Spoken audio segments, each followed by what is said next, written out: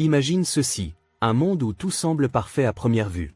La vie dont tout le monde rêverait, n'est-ce pas? Une famille influente, la richesse, le luxe et un avenir planifié dans les moindres détails. Mais derrière cette façade, il y a une cage dorée. Une prison faite d'attentes, de décisions imposées et d'un poids écrasant chaque petit désir d'être soi-même. Maintenant, imagine qu'au milieu de tout ce chaos silencieux, une personne différente apparaît. Quelqu'un qui ne correspond pas à ce monde, mais qui, avec un simple sourire, bouleverse tout ce que tu pensais savoir sur la vie, l'amour et le bonheur. T'es-tu déjà demandé ce qui se passerait si tu osais tout remettre en question? Si tu prenais le risque d'abandonner le chemin sûr pour suivre ton cœur, même si tout le monde te dit que tu es fou? C'est une histoire de choix impossibles, de moments qui changent tout et d'un amour qui défie les règles. Mais c'est aussi une histoire sur toi, sur les décisions que tu prends chaque jour et sur ce que signifie vraiment trouver ton véritable but. Alors, si tu t'es déjà senti piégé, si tu as déjà rêvé de t'évader pour chercher quelque chose de plus grand, cette histoire est pour toi. Je te promets que tu ne pourras pas la quitter des yeux. Avant de continuer, assure-toi de t'abonner à cette chaîne et d'activer les notifications. Ici, nous partageons des histoires qui ne se contentent pas de t'amuser, mais qui t'inspirent à réfléchir sur ta propre vie. Clique sur le bouton d'abonnement maintenant et rejoins-nous dans ce voyage.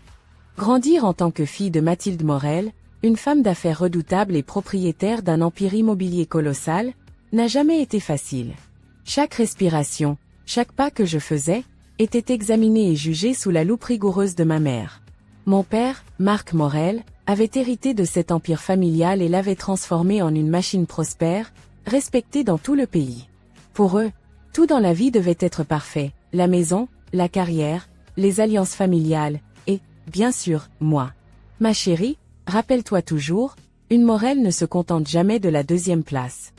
Ces mots, prononcés par ma mère en ajustant son tailleur impeccable, résonnaient dans ma tête depuis mon enfance.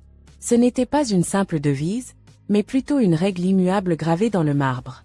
Et le manoir où nous vivions à Neuilly-sur-Seine, avec ses 30 pièces étincelantes, en était la preuve vivante. Chaque recoin de cette maison, chaque meuble, chaque tableau semblait crier la richesse et le pouvoir. Pourtant, pour moi, ce palais n'était qu'une cage dorée où chaque aspect de ma vie était contrôlé. À 24 ans, je vivais le rêve que mes parents avaient soigneusement dessiné pour moi. Diplômée de HEC Paris avec les honneurs, je travaillais maintenant en tant que directrice junior dans l'entreprise familiale. J'étais également fiancée à Thomas Delacour, fils d'un magnate de la finance, bien sûr, choix approuvé par ma mère. Mais malgré tout cela, j'ai tout fait. Ce que ma famille ignorait, c'est qu'un secret brûlait en moi. Un secret qui, s'il venait à être découvert, pourrait bouleverser leur univers soigneusement ordonné. J'étais amoureuse. Mais pas de Thomas. Non, mon cœur appartenait à quelqu'un d'autre, quelqu'un qui n'avait rien à voir avec le monde luxueux et superficiel des Morel, Julien, un professeur de littérature que j'avais rencontré par hasard un après-midi pluvieux dans un petit café à Montmartre. Julien était tout ce que ma famille méprisait, simple, passionné, profondément humain. Il portait des chemises froissées, conduisait une vieille voiture cabossée et vivait dans un appartement modeste du 18e arrondissement. Mais ses yeux bruns sincères, son rire contagieux et sa vision du monde rempli de poésie avaient conquis mon cœur. Nous nous retrouvions en secret, entre ses cours et mes interminables réunions d'affaires. Il m'enseignait à savourer les plaisirs simples, une balade au bord de la Seine, un pique-nique improvisé dans un parc caché, ou même un café pris dans un bistrot sans prétention. À ses côtés, je n'étais pas une Morel, héritière d'un empire, mais juste moi, une jeune femme découvrant ce qu'était vraiment la vie. Mais ce bonheur clandestin ne pouvait durer éternellement. Ma mère, avec son instinct quasi surnaturel pour tout ce qui pourrait ternir l'image parfaite de la famille, commençait à poser des questions. Pourquoi je semblais distraite lors des dîners mondains? Pourquoi je ne répondais pas immédiatement à ses appels? Pourquoi je n'avais pas encore fixé de date de mariage avec Thomas? Chaque jour, la pression montait, et je sentais la corde se resserrer autour de mon cou. Le point de rupture arriva lors d'une soirée caritative organisée dans notre manoir. La crème de la société parisienne était présente, vêtue de robes de créateurs et de costumes sur mesure. Thomas, comme toujours, se tenait à mes côtés, parlant avec passion des marchés financiers à un groupe de banquiers. Quant à moi, je me sentais comme un bibelot exposé, un trophée que ma mère exhibait fièrement à ses invités. Camille reprendra bientôt la direction des opérations européennes de notre groupe après son mariage, déclara-t-elle à un cercle de femmes élégantes, Comme si ma vie n'était qu'une étape de plus dans son plan parfait. Excusant rapidement ma présence, je me réfugiai dans le jardin. L'air frais de la nuit était une bouffée d'oxygène, mais mon cœur battait à tout rompre. Tremblante, je sortis mon téléphone et composai le numéro de Julien. Lorsqu'il répondit, sa voix douce et rassurante fut la seule chose qui m'empêcha de craquer. « Je ne peux plus continuer comme ça, Julien, » murmurai-je, les larmes coulant sur mes joues. « Je ne peux pas épouser Thomas. Je ne peux pas être la personne qu'ils veulent que je sois. » Il y eut un silence à l'autre bout de la ligne, puis il répondit doucement. « Alors ne le sois pas. Sois la personne que tu veux être, Camille. C'est celle que j'aime. » Ces mots résonnèrent en moi comme un appel à la liberté. Le lendemain matin, je me présentai dans le bureau de mon père, une pièce imposante où chaque meuble semblait exiger le respect. Mon cœur battait à tout rompre, mais je savais que je ne pouvais plus reculer. « Papa, je dois te parler, » déclarai-je, ma voix tremblante mais ferme. Il posa son stylo et leva un sourcil, signe qu'il était prêt à m'écouter. « Je ne peux pas épouser Thomas, » dis-je d'un trait. « Je suis amoureuse de quelqu'un d'autre. » La réaction fut immédiate et explosive. Le visage de mon père vira au rouge tandis qu'il se levait brusquement. « De qui parles-tu » demanda-t-il, sa voix grondant comme un tonnerre. Je pris une profonde inspiration. « Julien. Il est professeur de littérature. » La colère de mon père explosa comme une bombe. « Un professeur ? Un homme sans fortune ni avenir ? Tu es une Morel, Camille.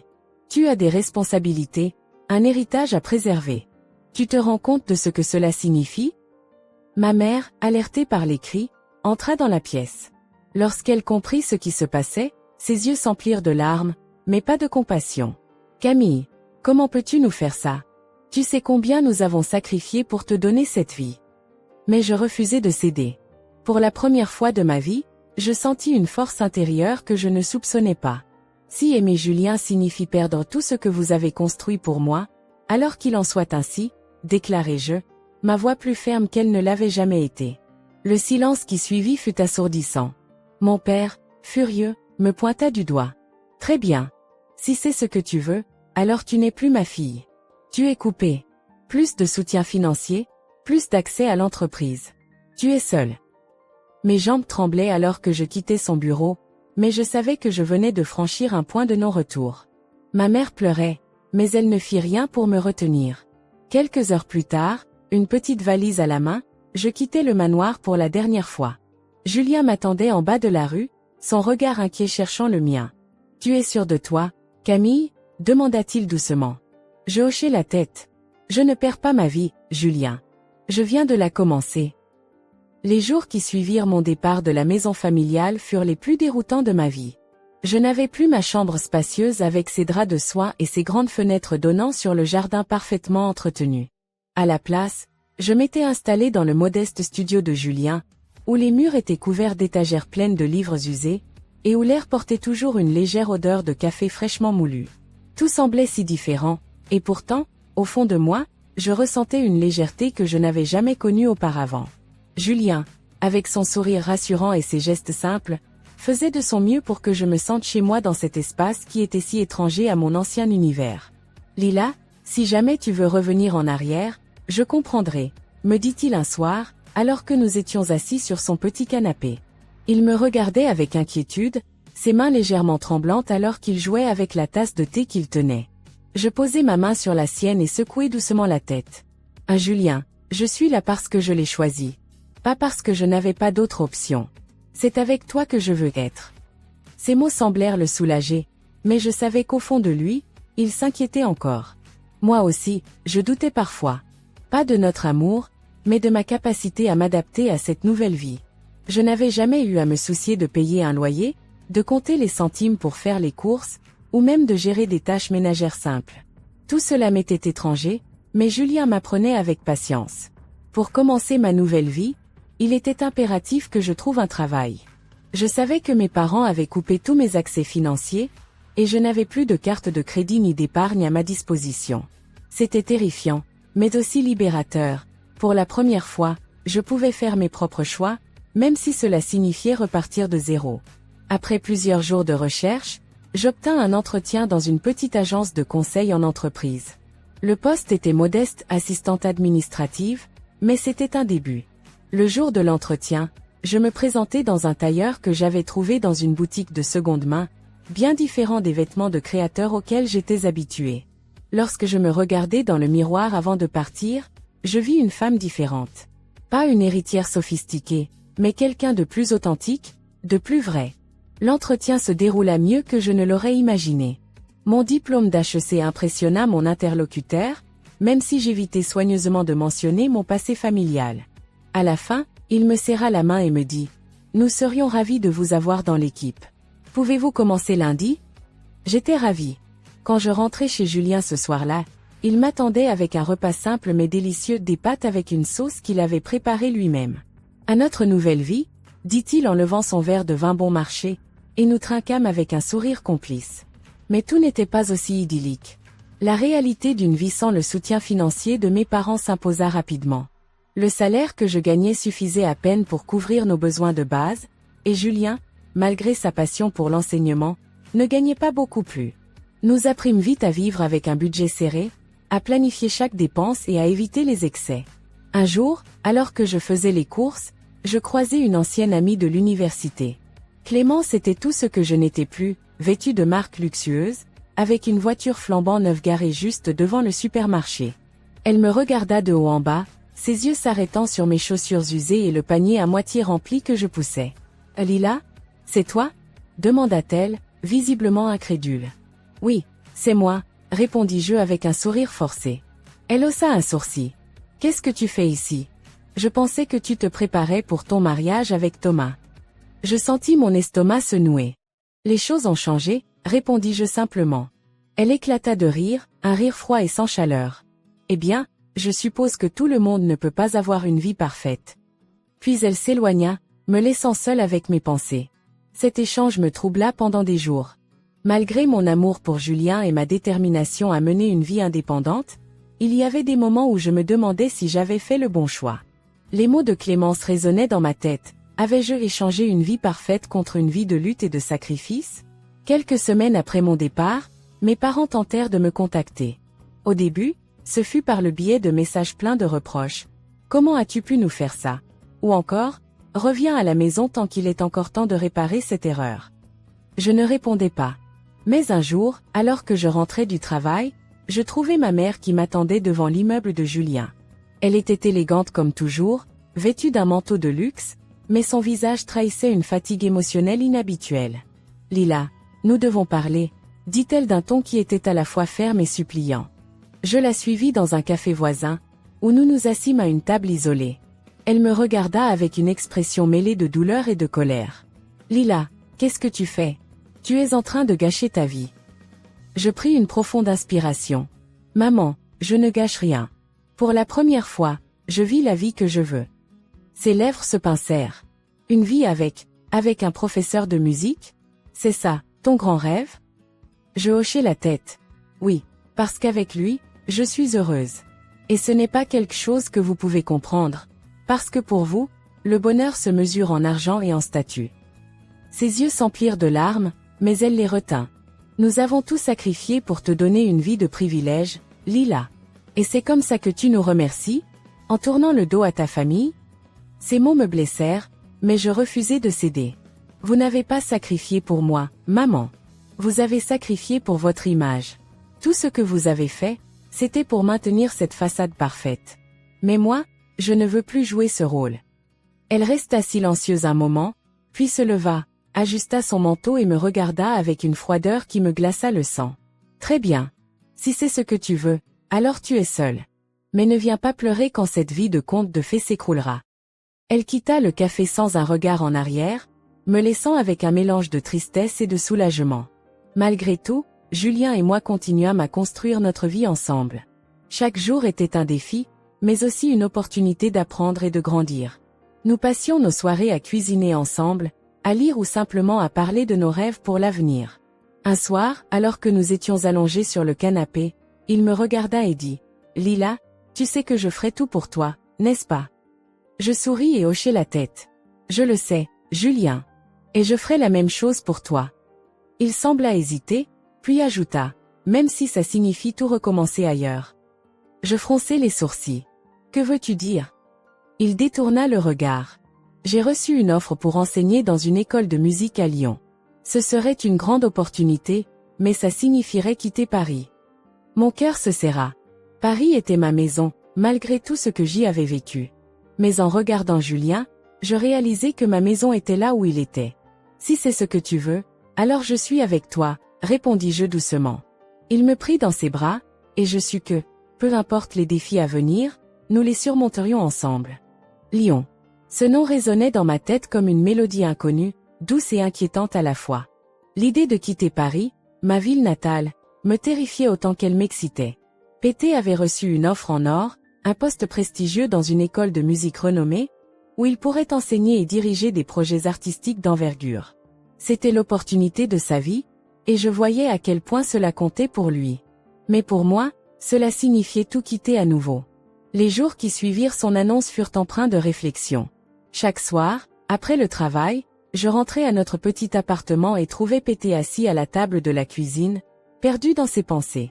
Un soir, alors que je rentrais plus tard que d'habitude, je le surpris en train de regarder une vieille partition, ses doigts tapotant légèrement sur la table comme s'il jouait un piano invisible. « Tu es inquiet, n'est-ce pas ?» demandai-je doucement en posant mon sac sur le canapé.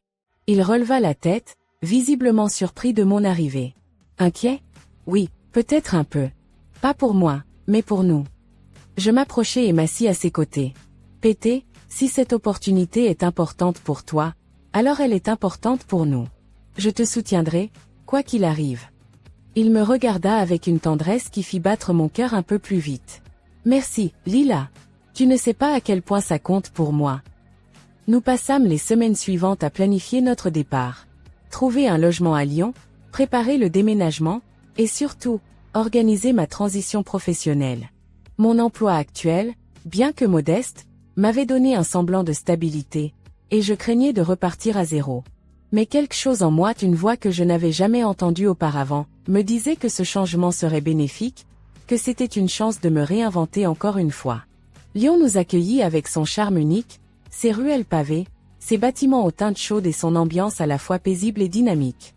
Nous avions trouvé un appartement modeste mais lumineux dans le quartier de la Croix-Rousse, connu pour son atmosphère artistique. Dès notre arrivée, Pété se plongea dans son nouveau travail, passant ses journées à l'école de musique et ses soirées à préparer des cours ou à rencontrer ses nouveaux collègues. Quant à moi, je me retrouvais face à un défi de taille. Trouver un emploi dans une ville où je ne connaissais personne n'était pas simple. J'envoyais des CV, passais des entretiens, et essuyais plusieurs refus. Pourtant, je refusais de me décourager. Chaque rejet me motivait à essayer davantage, à prouver que j'étais capable de réussir par moi-même, sans l'aide de mes parents ou de leur réseau. Après des semaines de recherche, je décrochai enfin un poste dans une petite agence événementielle. Ce n'était pas exactement ce que j'avais imaginé, mais c'était un début. Mon travail consistait principalement à organiser des séminaires et des conférences pour des entreprises locales. L'équipe était petite mais accueillante, et pour la première fois depuis longtemps, je sentis que j'étais jugé pour mes compétences, et non pour mon nom de famille. Pété, de son côté, s'épanouissait pleinement dans son nouvel environnement. Chaque soir, il rentrait avec des histoires passionnantes sur ses élèves, ses projets, et les concerts qu'il préparait. Voir sa passion m'inspirait et me rappelait pourquoi j'avais choisi cette vie avec lui. Malgré cette nouvelle routine, tout n'était pas parfait. La distance avec ma famille pesait lourdement sur moi, même si je refusais de l'admettre. Depuis notre départ de Paris, je n'avais eu aucun contact avec mes parents. Mon père, fidèle à lui-même, avait probablement décidé de m'effacer de sa vie comme on efface un dossier inutile d'un ordinateur. Ma mère, en revanche, avait envoyé quelques messages, mais chacun d'eux était imprégné de reproches voilés et de tentatives de manipulation émotionnelle. Un soir, alors que Pété jouait doucement de la guitare dans le salon, mon téléphone vibra sur la table. Je jetai un coup d'œil à l'écran et vis le nom de ma mère. Je laissai le téléphone sonner, mais Pété remarqua mon hésitation. « Tu ne veux pas répondre ?» demanda-t-il doucement. Je secouai la tête. « Non. Je sais déjà ce qu'elle va dire. Elle essaiera de me culpabiliser, de me faire revenir. Je ne peux pas lui donner cette satisfaction. » Pété posa sa guitare et s'approcha de moi. « Lila, c'est ta mère. Peut-être qu'elle essaie simplement de comprendre. » Je laissai échapper un rire amer. « Comprendre ? Elle ne veut pas comprendre. Elle veut me contrôler, comme elle l'a toujours fait. Pété ne répondit pas, mais je vis dans ses yeux qu'il comprenait ma douleur. Pourtant, ce soir-là, après qu'il se soit endormi, je pris mon téléphone et écoutai les messages vocaux qu'elle avait laissés. Sa voix était douce mais ferme, comme si elle essayait de m'attirer dans un piège subtil. « Lila, ma chérie, nous sommes inquiets pour toi. Reviens à Paris. Cette vie que tu mènes, ce n'est pas toi. Tu mérites mieux. » Je supprimai le message sans répondre, mais ces mots restèrent gravés dans mon esprit. À Lyon, notre relation fut mise à l'épreuve de plusieurs manières. Pété était souvent absorbé par son travail, ce qui signifiait que nous avions de moins en moins de temps à passer ensemble. De mon côté, jongler entre mon emploi et l'adaptation à une nouvelle ville me laissait épuisé. Nous nous retrouvions souvent à dîner en silence, chacun perdu dans ses pensées. Un soir, alors que nous étions assis sur le canapé, Pété brisa le silence. « Lila, tu es heureuse ici ?» Sa question me prit au dépourvu. Je posai ma tasse de thé et le regardai dans les yeux. « Pourquoi me demandes-tu ça ?» Il haussa les épaules, évitant mon regard. « Je sais que ce n'est pas facile pour toi. Tu as tout laissé derrière toi pour moi. Et parfois, j'ai peur que tu regrettes. » Je pris sa main et la serrai doucement. « Pété, je ne vais pas te mentir. Parfois, c'est difficile. Mais je ne regrette rien. Je t'aime, et c'est tout ce qui compte. » Il sourit faiblement, mais je sentis que ses doutes persistaient. Quelques semaines plus tard, alors que nous étions un samedi matin tranquille à la maison, quelqu'un frappa à la porte. Je me levai pour ouvrir, et mon cœur faillit s'arrêter en voyant qui se tenait devant moi. Ma mère. Elle était là, vêtue de son manteau élégant, son visage aussi froid et déterminé que d'habitude. « Bonjour, Lila. Puis-je entrer ?» demanda-t-elle d'un ton neutre. Je restai figé un instant, puis m'écartai pour la laisser passer. Pété, qui était assis dans le salon, se leva immédiatement, visiblement surpris. « Madame Morel, » dit-il poliment. Elle le salua brièvement avant de se tourner vers moi. « Lila, nous devons parler. Seul. » Je jetai un coup d'œil à Pété, qui hocha la tête et quitta la pièce pour nous laisser. Ma mère s'assit sur le canapé et me regarda avec un mélange de reproche et de tristesse. « Pourquoi fais-tu ça, Lila ? Pourquoi insistes-tu à vivre cette vie qui n'est pas la tienne ?» Je croisai les bras, me préparant à me défendre. « Cette vie est la mienne, maman. C'est toi qui refuses de l'accepter. » Elle soupira, comme si elle portait le poids du monde sur ses épaules. « Tu ne comprends pas. Nous avons tout fait pour toi, pour que tu aies le meilleur. Et maintenant, te voilà ici, à gâcher ton potentiel avec. » Elle hésita, cherchant ses mots. « Avec Pété, complétai-je froidement. Dis-le, maman. Dis que tu penses qu'il n'est pas assez bien pour moi. » Elle ne répondit pas, mais son silence était éloquent. « Écoute-moi bien, continuai-je, ma voix tremblant légèrement d'émotion. Ce n'est pas toi qui décides de ce qui est bon pour moi.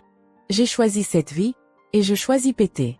Si tu ne peux pas l'accepter, alors je n'ai rien d'autre à te dire. » Ma mère resta silencieuse pendant un long moment, puis se leva. « Très bien. Si c'est ce que tu veux. Mais souviens-toi, Lila, la porte est toujours ouverte. Quand tu seras prête à revenir, je serai là. » Elle quitta l'appartement sans un mot de plus, me laissant seule avec mes pensées. Lorsque Pété revint dans le salon, il me trouva assise sur le canapé, les larmes aux yeux. Il s'approcha et me prit dans ses bras sans dire un mot. À cet instant, je réalisai que peu importait ce que ma mère ou quiconque pensait. Pété était ma maison, mon ancre. Cette nuit-là, alors que nous étions allongés dans notre lit, il murmura doucement. « Peu importe ce qui arrive, nous traverserons tout ensemble. » Je posai ma tête sur son épaule et souris. « Ensemble. Toujours. » Les jours qui suivirent la visite de ma mère furent marqués par une étrange sensation de vide. Même si j'avais fait de mon mieux pour rester ferme face à elle, ses paroles résonnaient encore dans ma tête. Elle avait semé une graine de doute, une petite voix intérieure qui me demandait si je n'étais pas en train de gâcher quelque chose de précieux. Pété, quant à lui, avait remarqué mon trouble, même si je tentais de le cacher. Un soir, alors qu'il s'asseyait à côté de moi après une longue journée de travail, il posa une main sur mon épaule et demanda doucement. « Tu es sûre que ça va, Lila ? Tu sembles ailleurs depuis quelques jours. » Je relevai les yeux vers lui et tentai un sourire rassurant. « Oui, je vais bien, ne t'inquiète pas. J'ai juste beaucoup de choses en tête avec le travail et tout le reste. » Il fronça légèrement les sourcils, mais n'insista pas. Pété n'était pas du genre à me forcer à parler, mais je voyais dans son regard qu'il espérait que je lui fasse confiance. Pourtant, quelque chose en moi m'empêchait d'exprimer pleinement ce que je ressentais. Peut-être avais-je peur qu'en mettant des mots sur mes doutes, je les rende réels. La routine quotidienne à Lyon continuait, mais quelque chose avait changé. Le travail, qui m'avait initialement apporté une certaine stabilité, devenait de plus en plus pesant. Mes collègues étaient aimables, mais je ne ressentais aucune véritable connexion avec eux. Les événements que nous organisions étaient souvent répétitifs, et je me surprenais à rêver de projets plus stimulants, plus alignés avec mes aspirations profondes. Pété, de son côté, semblait plus épanoui que jamais. L'école de musique où il enseignait était devenue un véritable refuge pour lui, un lieu où il pouvait s'exprimer pleinement. Il me racontait chaque soir les progrès de ses élèves, les morceaux qu'il préparait avec eux pour un concert à venir, et les projets qu'il envisageait pour l'avenir. Mais en même temps, je ne pouvais m'empêcher de remarquer qu'il rentrait de plus en plus tard. Les réunions avec ses collègues s'éternisaient, et il passait parfois ses soirées à travailler sur des partitions ou à répondre à des emails. Même si je comprenais son dévouement, je ne pouvais m'empêcher de ressentir une légère frustration. Nous partagions un appartement, mais j'avais l'impression que nous vivions deux vies séparées.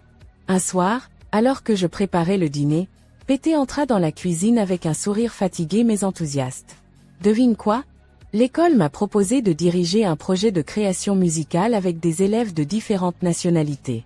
Ce serait un programme pilote, et ils veulent que je le présente à une conférence à Genève. Je posai la cuillère en bois que je tenais et le regardai, partagé entre la fierté et une pointe d'amertume. C'est incroyable, Pété. Tu mérites vraiment cette opportunité. Il s'approcha de moi et me serra dans ses bras. Merci, Lila. Mais je sais que ça va demander beaucoup de travail. Je vais probablement devoir passer encore plus de temps à l'école dans les prochaines semaines. Je souris faiblement, mais au fond de moi, une petite voix murmurait. Et moi ? Où est ma place dans tout ça ? Les semaines qui suivirent furent marquées par un éloignement subtil entre Pété et moi. Ce n'était pas intentionnel, mais nos emplois du temps chargés et nos préoccupations personnelles nous éloignaient peu à peu. Je passais mes journées à jongler entre les tâches administratives et l'organisation d'événements pour l'agence, tandis que Pété s'investissait corps et âme dans son projet. Un vendredi soir, après une longue journée de travail, je rentrai à l'appartement pour découvrir qu'il n'était pas encore là. Sur la table, un mot griffonné à la hâte m'attendait. Réunion imprévue avec l'équipe. Je rentrerai tard. Je t'aime. Pété. Je m'assis sur le canapé, le mot à la main, et ressentis une vague de solitude m'envahir. C'était un sentiment que je ne voulais pas admettre, mais il était là, bien présent. Je savais que Pété ne faisait rien de mal, qu'il travaillait simplement pour quelque chose qui le passionnait. Mais cela n'atténuait pas ce vide grandissant en moi. Cette nuit-là, alors que je m'endormais seule dans notre lit, je me surpris à me demander si ma mère n'avait pas raison. Peut-être que cette vie que je m'étais choisie n'était pas celle qui me rendrait vraiment heureuse.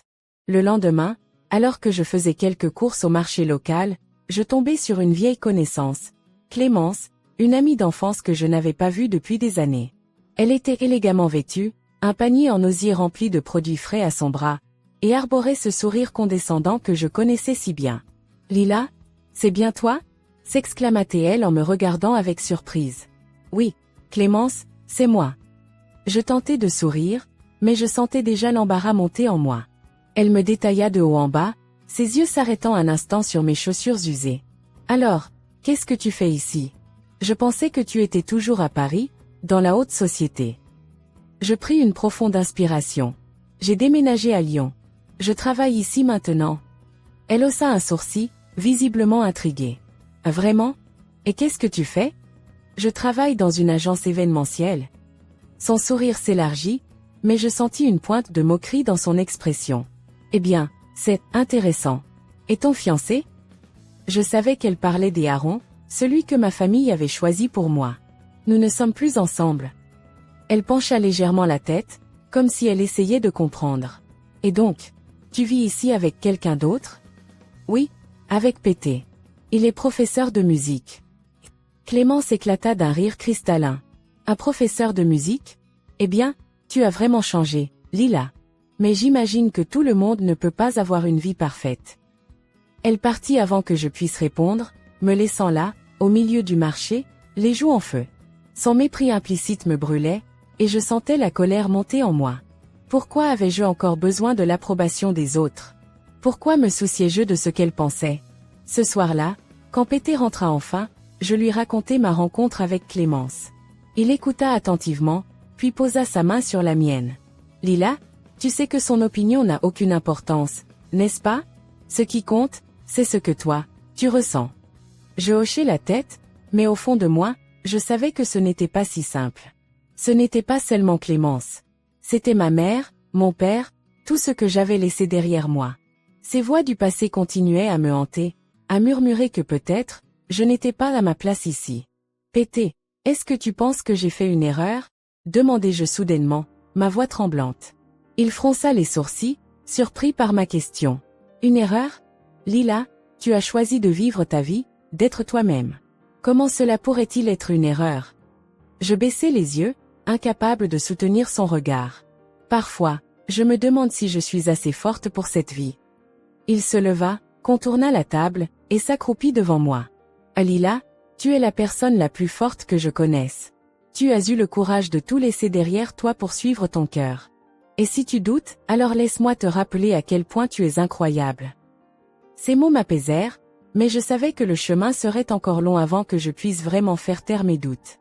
Quelques jours plus tard, Pété rentra à la maison avec une nouvelle qui allait tout changer. Lila, l'école m'a proposé un poste permanent. Je pourrais continuer à diriger des projets comme celui que je prépare pour Genève. Mais ça signifie que nous devrions rester ici à Lyon pour de bon. Je le regardais, partagé entre la joie pour lui et une étrange appréhension. Lyon était devenu notre maison, mais une partie de moi se demandait encore si je voulais y rester pour toujours. C'est une grande opportunité, Pété. Mais est-ce que c'est vraiment ce que tu veux? Il hocha la tête avec enthousiasme. Oui, Lila. C'est exactement ce que je veux. Et toi? Est-ce que tu te vois continuer ici avec moi? Je pris une profonde inspiration, sentant le poids de sa question. Ce n'était pas seulement une question de géographie. C'était une question de choix, de savoir si j'étais prête à embrasser pleinement cette nouvelle vie avec lui, malgré tous les défis. Je pris sa main et lui souris. Oui, Pété. Je veux être avec toi. Où que cela nous mène. Lyon continuait de dérouler ses jours paisibles, mais dans mon esprit, tout semblait en mouvement constant. La décision que Pété et moi avions prise de rester ici me paraissait juste sur le moment, mais, au fil des semaines, je me retrouvais assailli par une foule de questions que je n'avais pas anticipées. Était-ce vraiment là que je voulais bâtir ma vie? Était-ce suffisant de simplement suivre Pété, sans avoir une vision claire pour moi-même? Pété, lui, semblait plus épanoui que jamais. Son projet musical international, qui s'annonçait comme un véritable succès, occupait tout son temps et toute son énergie. Il passait ses journées à travailler avec ses élèves, à écrire des partitions et à coordonner des réunions avec ses collègues. Ses soirées étaient désormais remplies de recherches et de préparations pour la conférence à Genève, qui approchait à grands pas. De mon côté, bien que je sois heureuse pour lui, je ne pouvais m'empêcher de ressentir une certaine solitude. Mon travail dans l'agence événementielle, bien qu'utile pour m'occuper, ne me satisfaisait pas pleinement.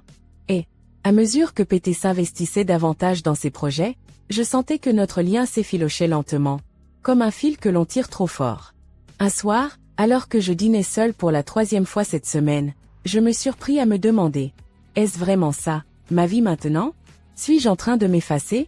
Les semaines passaient, et, bien que nous vivions toujours sous le même toit, Pété et moi semblions évoluer dans 2 univers différents. Lui était plongé dans sa passion, et moi, je me perdais dans mes réflexions. Un vendredi soir, alors qu'il rentrait tard d'une répétition, je l'attendais dans le salon. Quand il entra, son visage rayonnait de fierté. « Lila, tu ne devineras jamais. Aujourd'hui, on a réussi à finaliser le morceau principal pour la conférence. Les élèves étaient incroyables. » Je souris, mais il ne remarqua pas à quel point mon sourire était forcé. « C'est génial, Pété. Je suis vraiment contente pour toi. » Il s'assit à côté de moi, attrapant ma main. « Merci de toujours me soutenir, Lila. Je sais que ces dernières semaines ont été intenses, mais c'est bientôt fini. Après Genève, on pourra souffler un peu. » J'hochai la tête, mais au fond de moi, une pensée me traversa. Et si ce n'était jamais vraiment fini? Et si Pété était toujours absorbé par ses projets, pendant que moi, je continue à dériver? Cette nuit-là, allongé dans notre lit, j'écoutais sa respiration paisible tandis qu'il dormait. et je réalisais à quel point nous nous éloignions l'un de l'autre. Ce n'était pas intentionnel, mais quelque chose manquait. Une connexion, une compréhension mutuelle que nous semblions avoir perdue en chemin. Quelques jours plus tard, après une journée particulièrement frustrante au travail, je rentrais à l'appartement avec une détermination nouvelle. Je savais que je ne pouvais pas continuer comme ça. Pété et moi avions besoin de parler, de mettre les choses à plat. Quand il entra ce soir-là, je l'attendais dans le salon, une tasse de thé à la main. Il remarqua immédiatement mon expression sérieuse. « Lila, tout va bien. » Je pris une profonde inspiration. « Pété, on doit parler. » Il posa son sac et vint s'asseoir à côté de moi. « Bien sûr. Qu'est-ce qu'il y a ?» Je cherchais mes mots, hésitant entre la douceur et la franchise. « Je suis fière de toi, de tout ce que tu accomplis. Mais, je me sens seule, Pété. Ces derniers mois, j'ai l'impression qu'on vit deux vies différentes. » Il sembla surpris, presque blessé. « Lila, je suis désolée.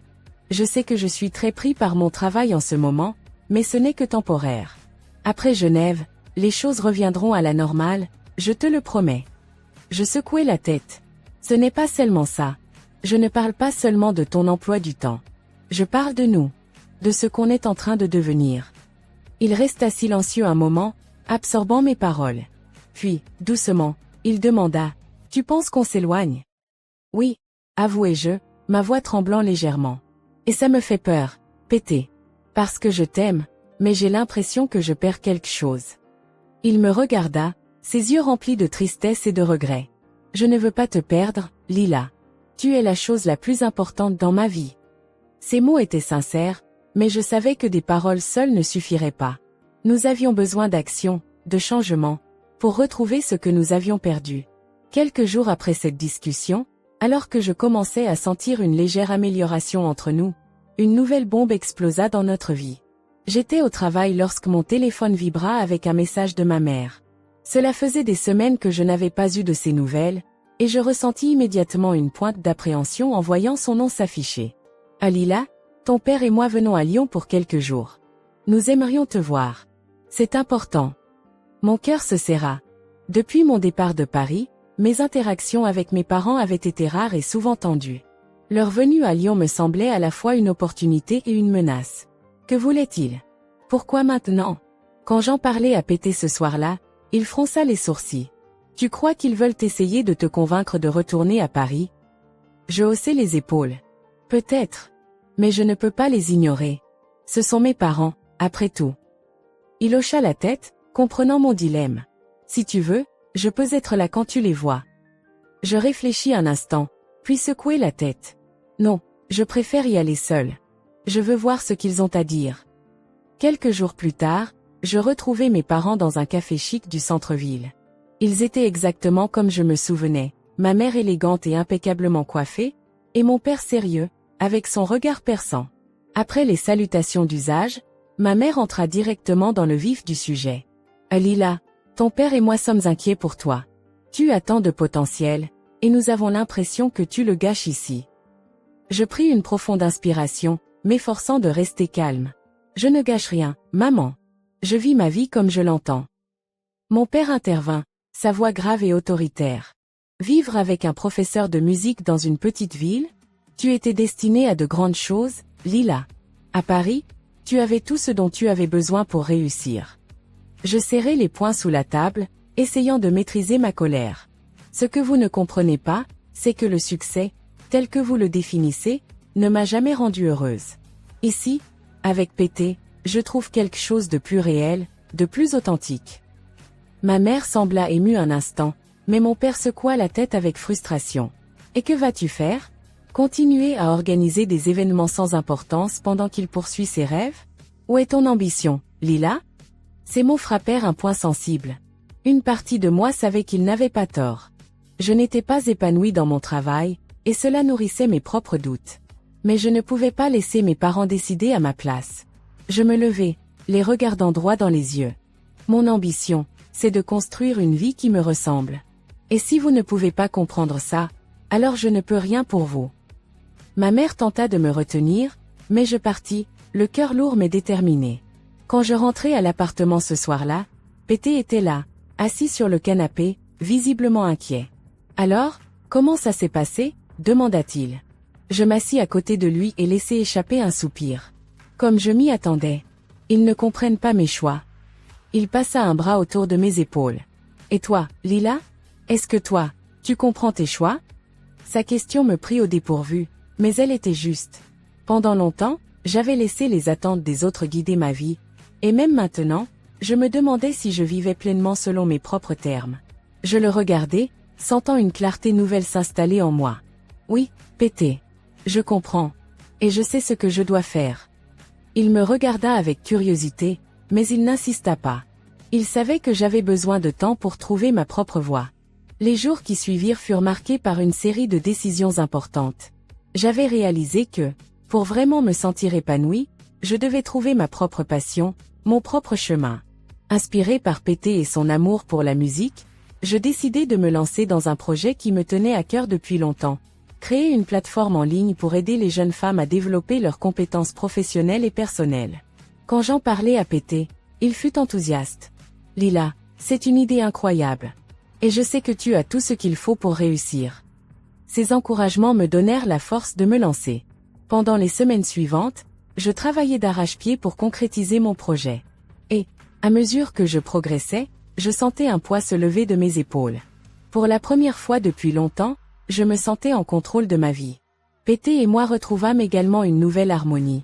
Bien que nos vies soient toujours occupées, nous faisions un effort conscient pour nous reconnecter, pour prendre soin l'un de l'autre et de notre relation. Et, peu à peu, je réalisais que Lyon n'était pas seulement un endroit où nous vivions. C'était devenu notre chez-nous. Les jours qui suivirent la décision de me lancer dans mon propre projet furent comme une bouffée d'air frais.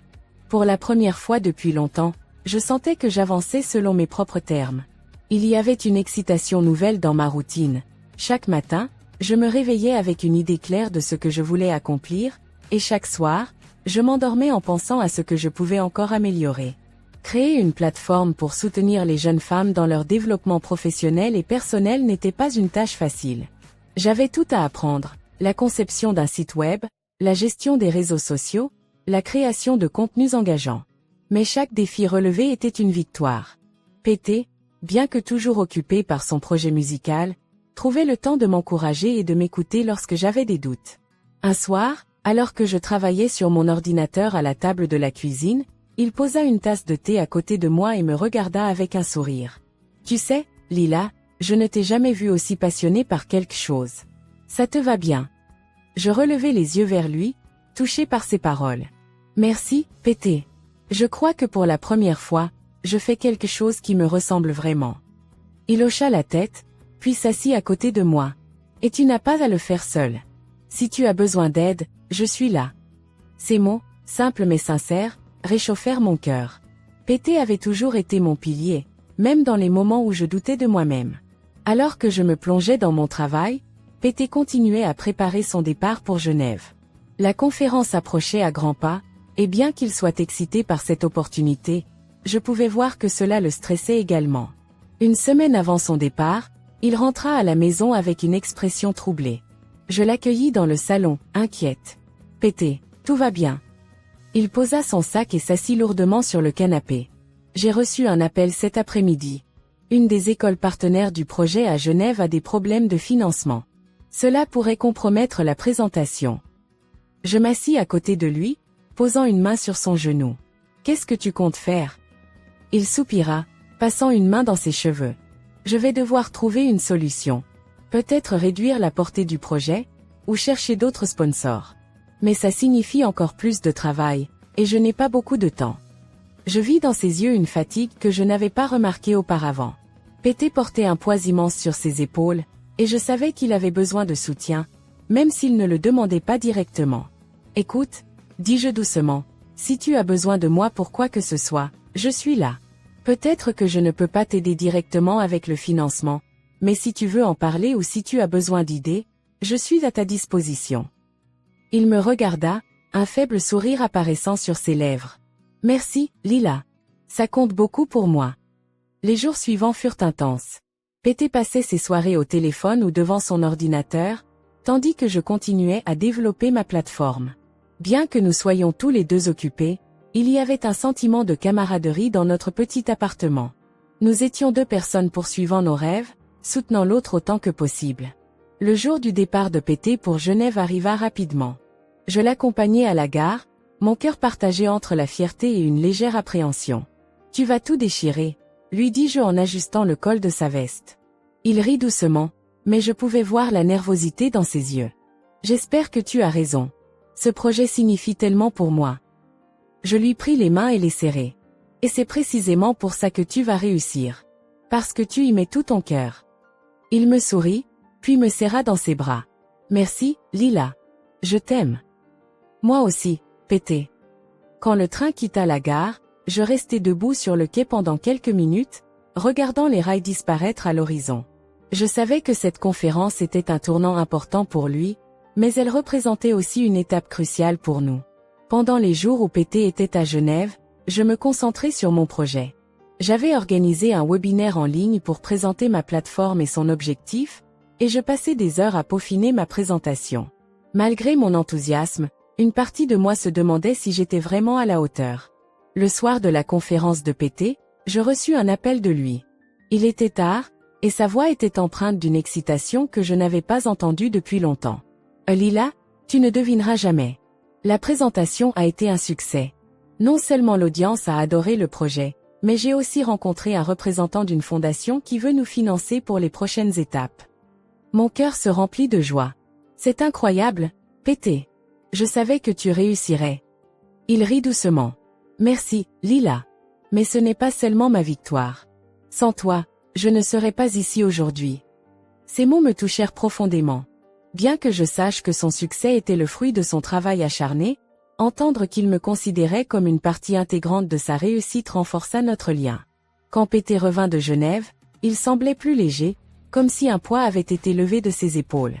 Nous passâmes la soirée à parler de son voyage, de ses rencontres, et de ce que cela signifiait pour l'avenir. Mais cette soirée marqua aussi un tournant pour moi. Alors que Pété partageait ses succès, je réalisai que je devais être tout aussi fier de mes propres accomplissements. J'avais travaillé dur pour construire quelque chose à partir de rien, et il était temps que je le reconnaisse pleinement. Quelques jours plus tard, je lançai officiellement ma plateforme avec une petite réception en ligne. Les premières réactions furent encourageantes, et je reçus plusieurs messages de femmes intéressées à rejoindre la communauté que je construisais. Pété était à mes côtés pendant tout le processus, me soutenant et me félicitant à chaque étape. « Je suis tellement fière de toi, Lila. Tu es en train de créer quelque chose de magnifique. » Je souris, les larmes aux yeux. « Merci, Pété. Je crois que j'ai enfin trouvé ma place. » Les semaines qui suivirent furent marquées par une nouvelle dynamique dans notre relation. Pété et moi avions chacun trouvé notre propre chemin, mais au lieu de nous éloigner, cela nous rapprochait. Nous avions appris à équilibrer nos ambitions personnelles avec notre vie commune, et cela apportait une harmonie que je n'avais jamais ressentie auparavant. Un soir, alors que nous dînions ensemble sur notre petit balcon avec vue sur les lumières de Lyon, Pété leva son verre et dit « À nous. Et à tout ce que nous avons construit ensemble. » Je levai mon verre en retour, un sourire sincère sur le visage. « À nous. Et à l'avenir. » À cet instant, je compris que, malgré tous les défis et les incertitudes, nous étions exactement là où nous devions être.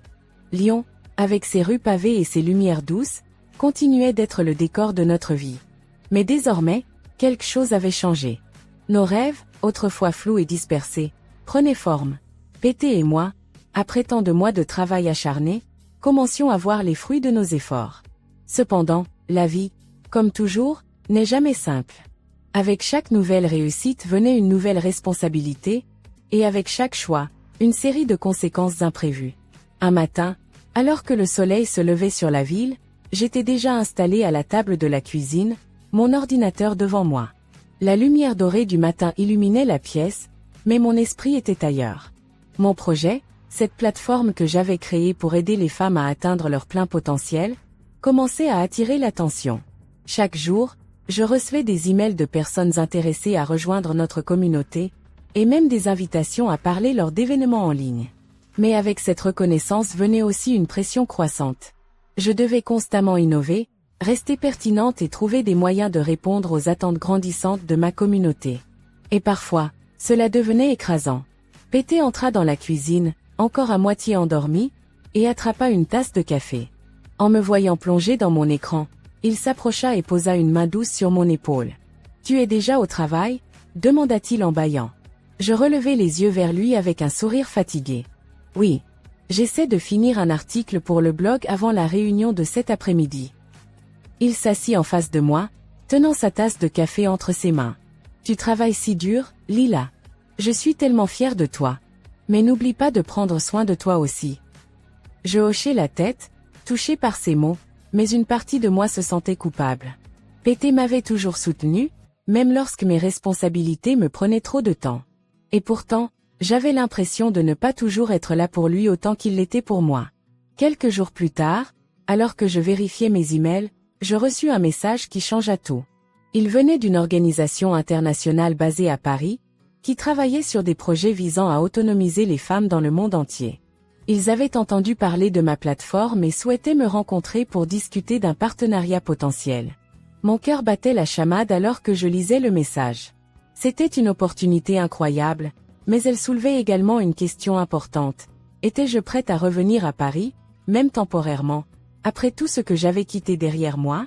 Quand j'en parlais à Pété ce soir-là, il écouta attentivement, son visage réfléchi. « C'est une opportunité fantastique, Lila. Mais que ressens-tu à l'idée de retourner à Paris, même pour un temps ?» Je pris une profonde inspiration. Je ne sais pas. Une partie de moi a peur de replonger dans ce monde que j'ai laissé derrière moi. Mais une autre partie de moi sait que c'est une chance que je ne peux pas laisser passer. Pété hocha la tête. « Quoi que tu décides, je te soutiendrai. Mais rappelle-toi, ce n'est pas Paris qui te définit. C'est toi qui définis Paris. » Ces paroles résonnèrent en moi, et après une nuit de réflexion, je pris ma décision. J'allais accepter l'invitation. Quelques semaines plus tard, je me retrouvais dans un train en direction de Paris. Le paysage défilait à toute vitesse par la fenêtre, mais dans ma tête, tout était au ralenti. Revenir dans cette ville après tout ce temps était à la fois excitant et terrifiant. Quand j'arrivai, l'air familier de Paris m'accueillit comme un vieil ami. Mais cette fois, je n'étais pas la même personne que lorsque j'étais parti. J'avais changé, grandi, et appris à me battre pour ce qui comptait vraiment pour moi. La réunion avec l'organisation se déroula mieux que je ne l'aurais imaginé. Ils étaient impressionnés par mon travail et souhaitaient collaborer pour créer un programme destiné à former des jeunes femmes dans plusieurs pays. C'était exactement le genre de projet que j'avais toujours rêvé de faire. Mais alors que je marchais dans les rues de Paris après la réunion, un mélange d'émotions m'envahit. Je passais devant des endroits qui m'étaient autrefois familiers, des lieux qui me rappelaient la vie que j'avais laissée derrière moi. Et pour la première fois, je réalisais que, malgré tout, Paris ferait toujours partie de moi. Alors que je rentrais à l'hôtel ce soir-là, mon téléphone sonna. C'était Pété.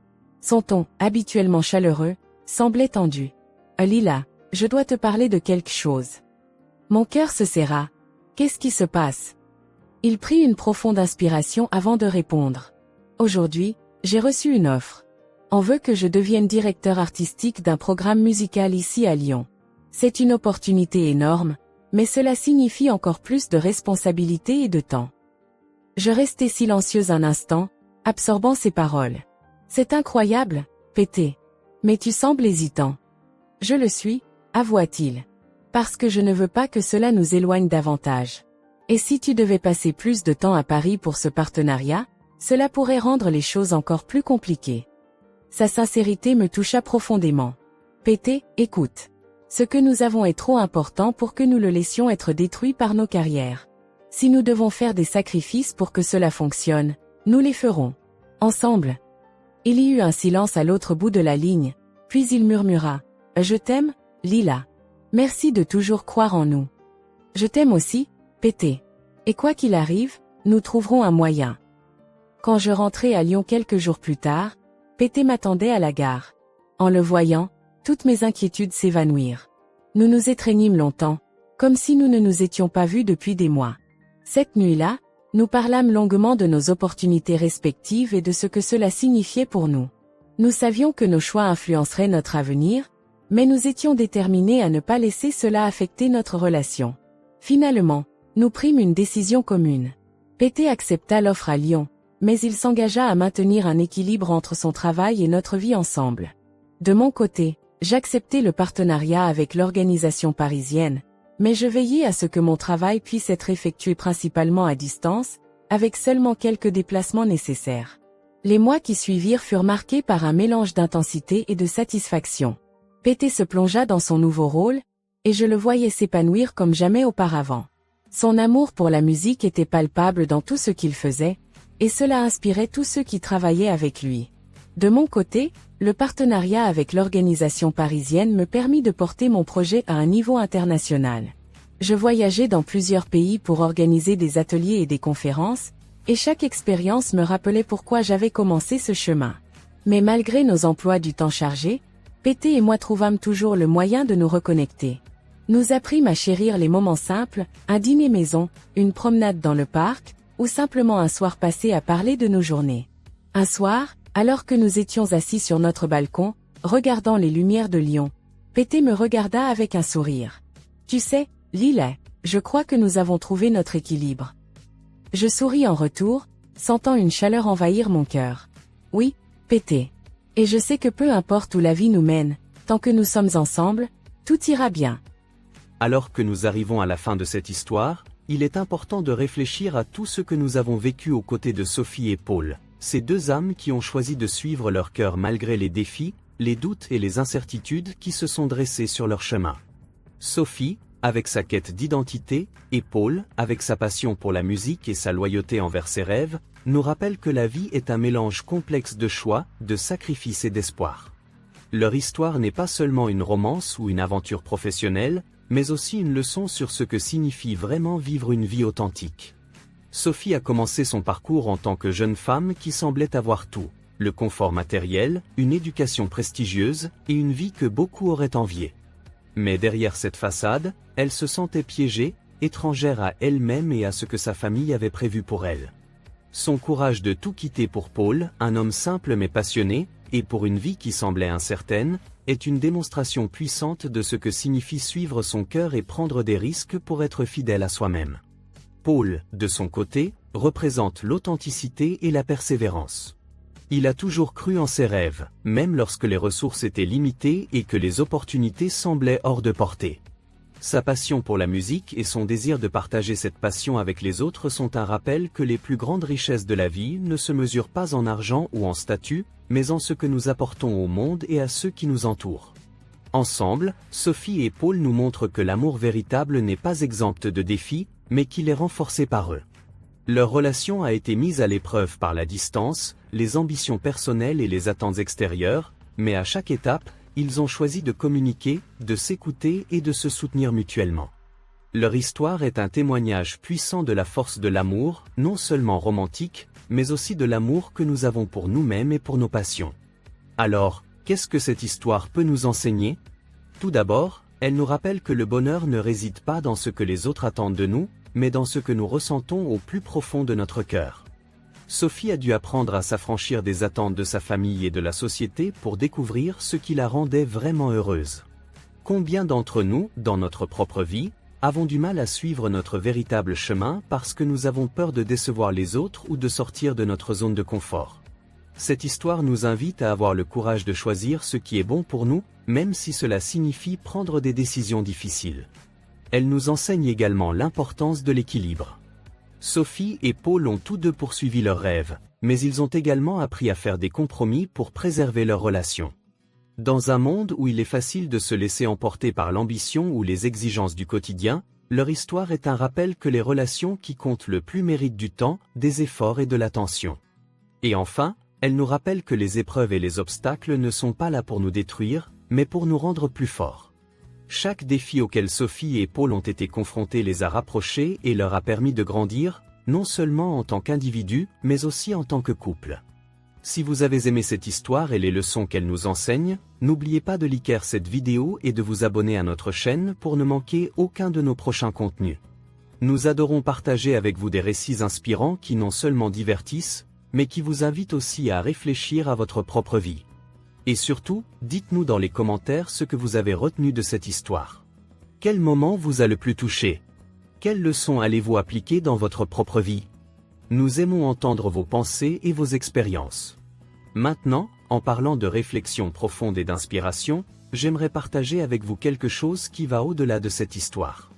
car aussi belle et émouvante qu'ait été la relation entre Sophie et Paul, il y a un amour encore plus grand, un amour parfait, qui transcende toutes les relations humaines. Cet amour, c'est celui de Dieu pour chacun de nous. Et il est parfaitement résumé dans un verset bien connu de la Bible, Jean 3h16, « Car Dieu a tant aimé le monde qu'il a donné son Fils unique, afin que quiconque croit en lui ne périsse point, mais qu'il ait la vie éternelle. » Réfléchissons un instant à ce verset. Ce n'est pas seulement une déclaration d'amour, c'est une promesse, une invitation et une preuve de la profondeur de l'amour de Dieu pour nous. Imaginez un instant le plus grand amour que vous avez ressenti dans votre vie, que ce soit l'amour pour un parent, un enfant, un conjoint ou un ami. Maintenant, multipliez cet amour par l'infini. C'est ainsi que Dieu nous aime. Et ce n'est pas un amour basé sur nos mérites, nos réussites ou nos actions. C'est un amour inconditionnel, offert à chacun de nous, peu importe où nous en sommes dans notre vie ou ce que nous avons fait. Dieu a démontré cet amour en envoyant Jésus-Christ, son Fils unique, pour mourir sur la croix à notre place. Pourquoi? Parce que nous sommes tous imparfaits.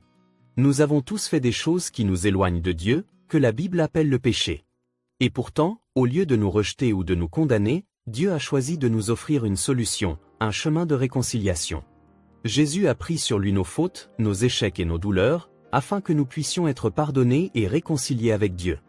Mais ce pardon, cette vie éternelle, n'est pas quelque chose que nous pouvons gagner ou mériter. C'est un cadeau que nous devons simplement accepter. Tout comme Sophie a dû faire un choix dans sa vie, un choix de suivre son cœur malgré les risques, chacun de nous est confronté à un choix spirituel. Allons-nous accepter l'amour de Dieu? Allons-nous mettre notre foi en Jésus-Christ comme notre Sauveur et Seigneur?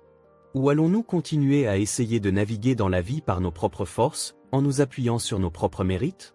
Si cette histoire vous a touché, si elle vous a fait réfléchir à l'importance de suivre ce qui est vrai et authentique, alors je vous invite à considérer cette vérité ultime. Dieu vous aime, plus que vous ne pouvez l'imaginer. Et il attend que vous répondiez à son amour. Accepter Jésus comme votre Sauveur n'est pas une décision à prendre à la légère, mais c'est la décision la plus importante que vous puissiez prendre. Car elle ne concerne pas seulement cette vie, mais aussi l'éternité. Alors, si vous ressentez dans votre cœur le désir de répondre à cet amour, je vous encourage à prier, à parler à Dieu, même simplement. Vous n'avez pas besoin de mots élaborés ou de phrases parfaites. Dites-lui ce que vous ressentez. Reconnaissez que vous avez besoin de lui, demandez-lui pardon pour vos péchés, et invitez Jésus à entrer dans votre vie. Voici une prière simple que vous pouvez dire. Seigneur Dieu, je te remercie pour ton amour inconditionnel. Merci d'avoir envoyé ton Fils Jésus pour mourir à ma place et pour me donner la vie éternelle. Je reconnais que j'ai péché et que j'ai besoin de ton pardon. Je mets ma foi en toi, Jésus, comme mon Sauveur et Seigneur. Viens dans ma vie, transforme-moi et guide-moi chaque jour. Merci pour ton immense amour. Amen. Si vous avez fait cette prière, sachez que c'est le début d'une nouvelle vie. Une vie où vous n'êtes jamais seul, où Dieu est toujours avec vous, vous guidant, vous aimant et vous soutenant. Et si vous avez des questions ou si vous voulez en savoir plus, n'hésitez pas à nous écrire ou à vous rapprocher d'une église locale où vous pourrez trouver du soutien et des réponses. Merci d'avoir partagé ce moment avec nous.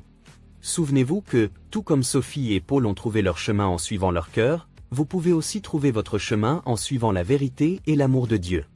N'oubliez pas de liker cette vidéo, de vous abonner à notre chaîne et de partager cette histoire avec quelqu'un qui pourrait en être inspiré. À très bientôt, et que Dieu vous bénisse abondamment. Réfléchissons un instant à ce verset.